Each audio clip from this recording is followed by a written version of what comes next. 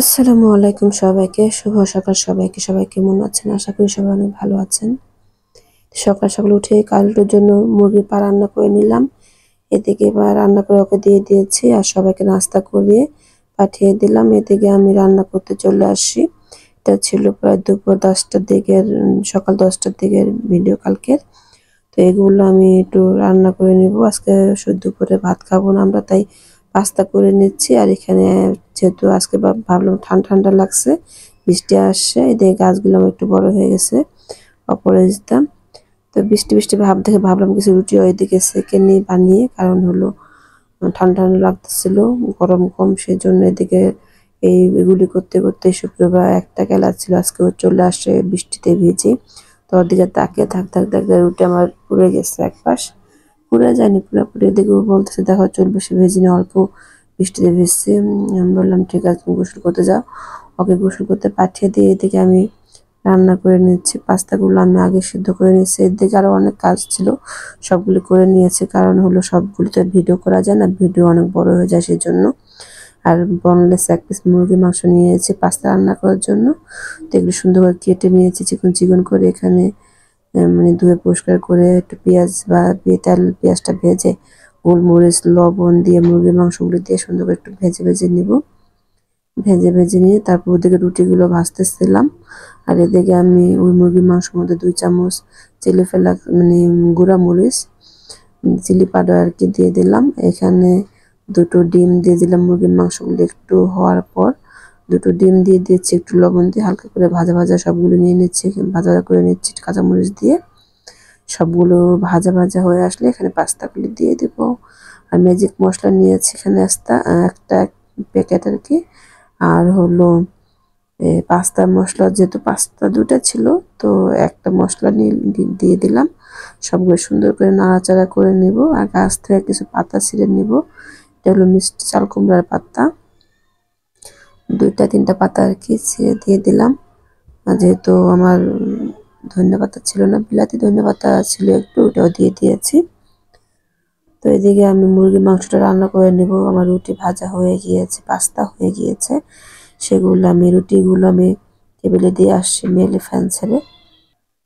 এদিকে আমি মুরগির মাংসগুলো এখন রান্না করে নেব। আজকে হলো যেহেতু মুরগি একবারে নামিয়েছিলাম যে পাস্তা রান্না করার জন্য, তো ভাবলাম যে এখান থেকে আমি মুরগিগুলো রান্না করে ফেলে আর রেখে দেওয়া দরকার নেই, তাহলে রাতে রান্না করতে হবে না। তো দুপুরে আজকে রান্না করে ফেলেছিলাম, সুন্দর করে কষিয়ে নিলাম মুরগির মাংসগুলো, আলু দিয়ে ঝোল করে রান্না করব।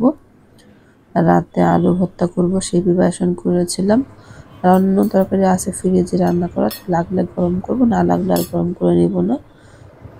যদি এগুলি দিয়ে হয়ে যায় তো এগুলি দিয়েই খাবো, আর না হলে তরকারি গরম করে নেব ফ্রিজ থেকে নামিয়ে।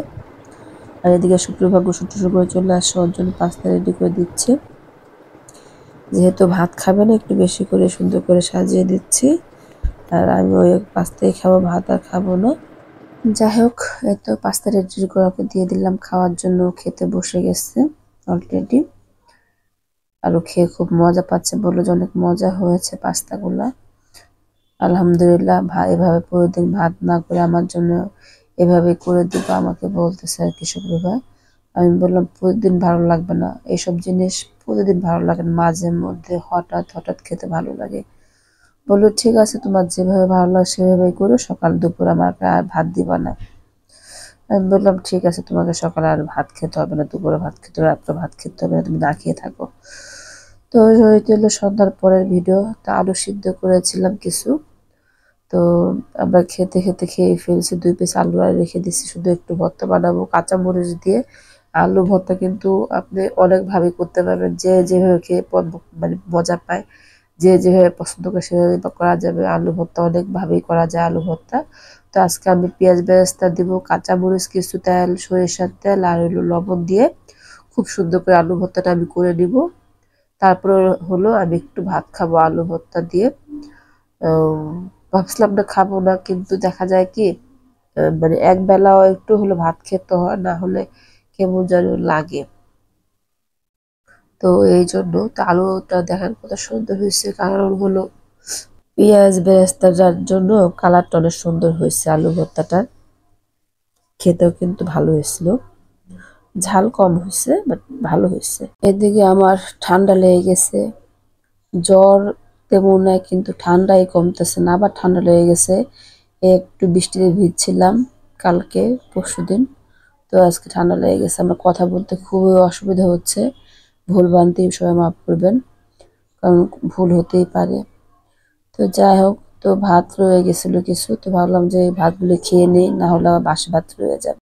তো এমন করতে করতে প্রতিদিন আমার মোটামুটি প্রতিদিনই খাওয়া হচ্ছে রাত্রেবেলা। প্রতিদিন বলি খাবো না খাবো না, কিন্তু প্রতিদিনের দেখা যায় এই অবস্থা। যাই হোক, এখন আর কি বলবো, শরীরটা ভালো লাগছে না।